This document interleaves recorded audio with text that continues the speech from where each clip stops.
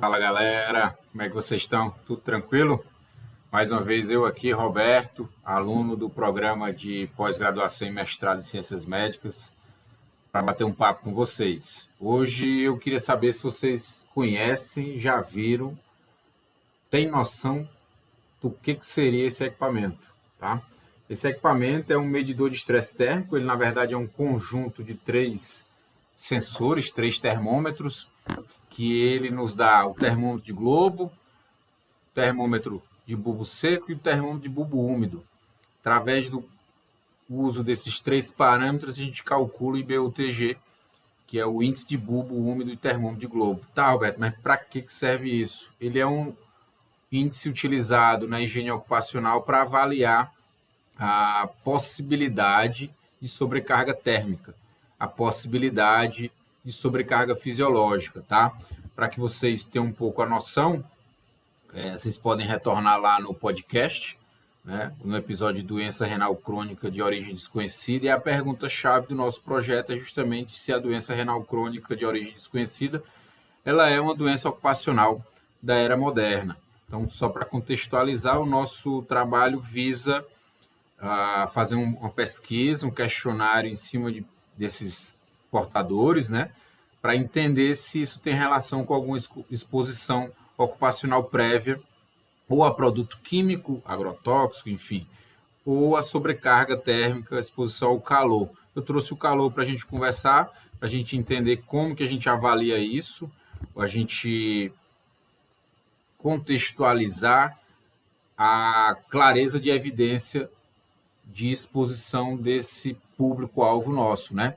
A proteção, digamos assim, do profissional à exposição ao calor está amparada em alguns itens normativos da nossa legislação trabalhista, um foco maior para a gente aqui na NR15, que traz o parâmetro, né?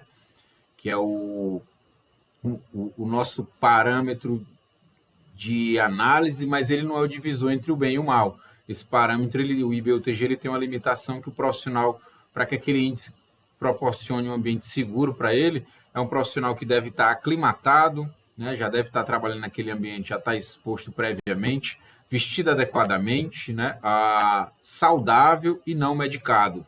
Então, alguns requisitos limitadores para que o índice de fato seja validado.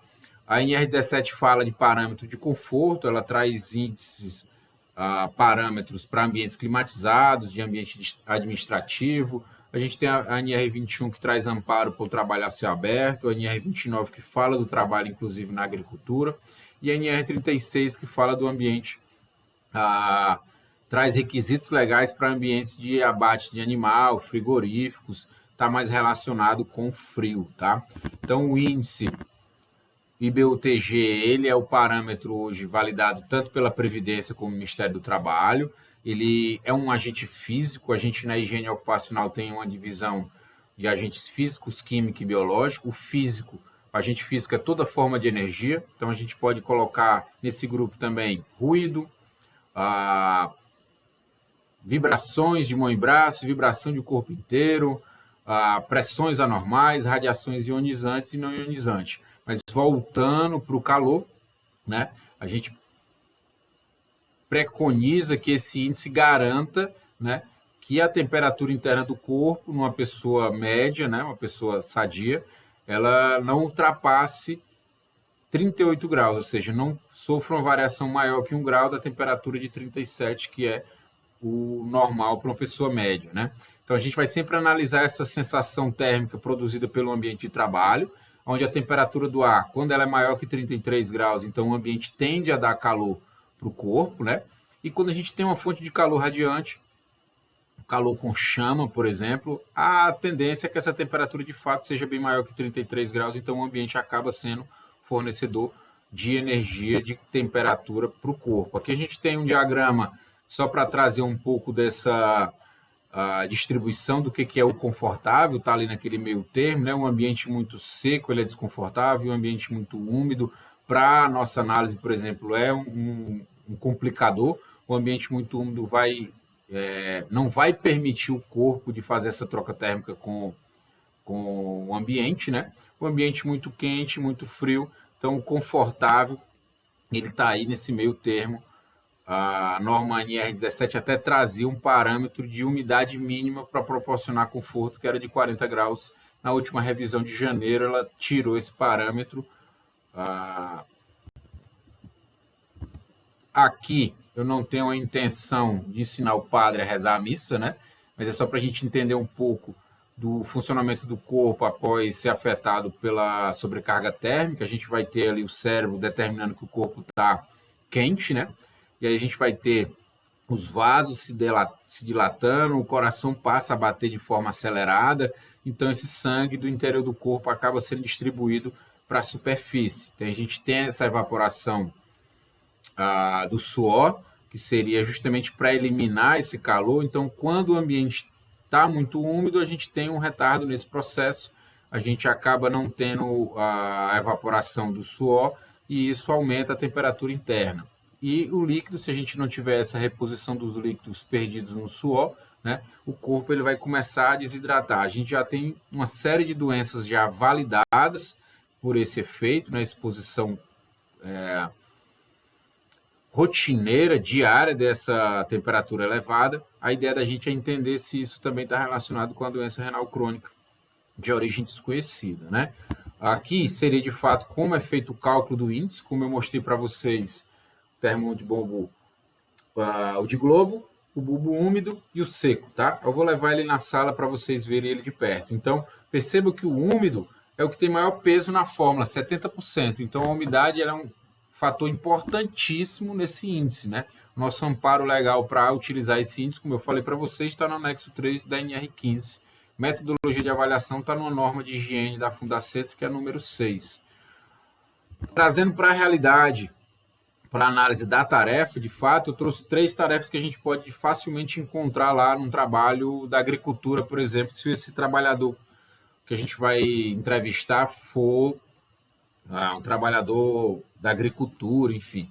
Então, um trabalho com foice, a gente tem aí um gasto de 495 watts.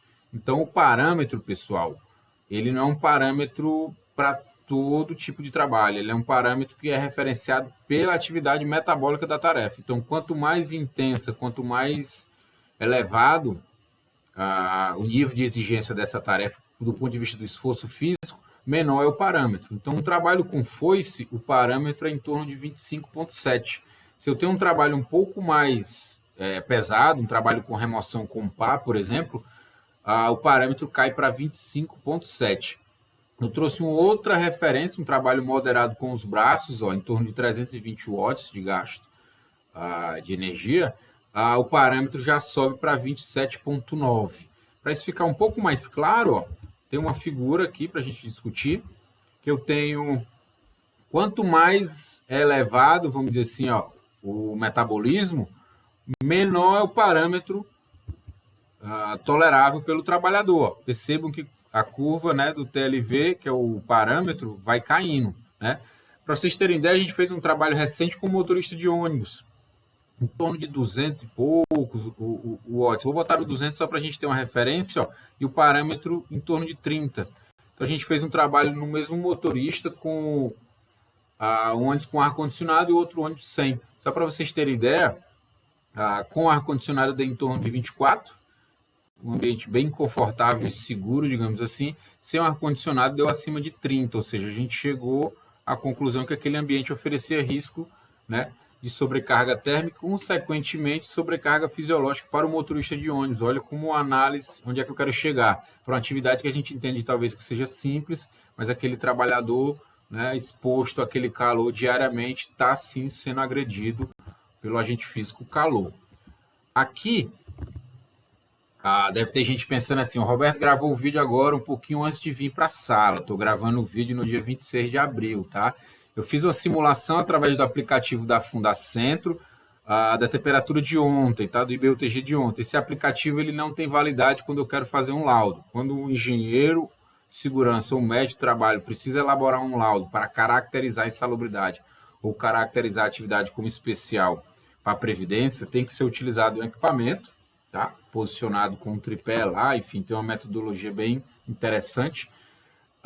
esse aplicativo é mais para você fazer uma análise preliminar, que foi o que eu fiz. Eu simulei o IBUTG ontem, tá? Aqui na nossa região, eu usei como a referência a estação meteorológica de Fortaleza, né? Coloquei lá uma atividade, ó, similar a um trabalho com foice, tá? E aí, ó, fiz uma leitura, o aplicativo me dá a leitura hora a hora, tá? Então perceba que o índice dando em torno de 27,5 logo na manhã, mas esse índice vai subindo, chega a dar 30, meio-dia, e depois ele tem uma leve queda, mas fica ali na faixa do 28 e do 29. Roberto, o que é esse IBUTG ajustado? A metodologia permite eu ajustar o índice dependendo do tipo de roupa que ele usa. O aplicativo me permite fazer apenas com o uso do capuz. Eu coloquei aqui com um profissional usando o capuz, só para a gente ter uma noção. Imagina aquele cara do interior trabalhando com a foice lá. Normalmente a gente vê eles com chapéu, com aquele capuz, a balaclava, né? Então perceba que o que a gente viu 30, ele ajustou para 31. Mas aqui está a nossa análise crítica, tá? Que é justamente todas as leituras deram acima do parâmetro, ou seja, deram acima do limite de exposição amparado na nossa legislação, tá? Então a gente tem aqui uma análise que é a probabilidade desse público que vai ser entrevistado, no interior principalmente, deles terem tido exposição a uma sobrecarga térmica, é muito alto. A gente volta de novo à pergunta que baliza o nosso trabalho, nosso projeto, é que se de fato essa exposição ao calor pode sim ter acarretado o desenvolvimento da doença renal crônica de origem desconhecida, tá? Eu fico por aqui, deixo mais uma vez aí o contato do LinkedIn para vocês e espero que tenha sido proveitoso e tô chegando aí na sala, tá? Valeu, galera, abração.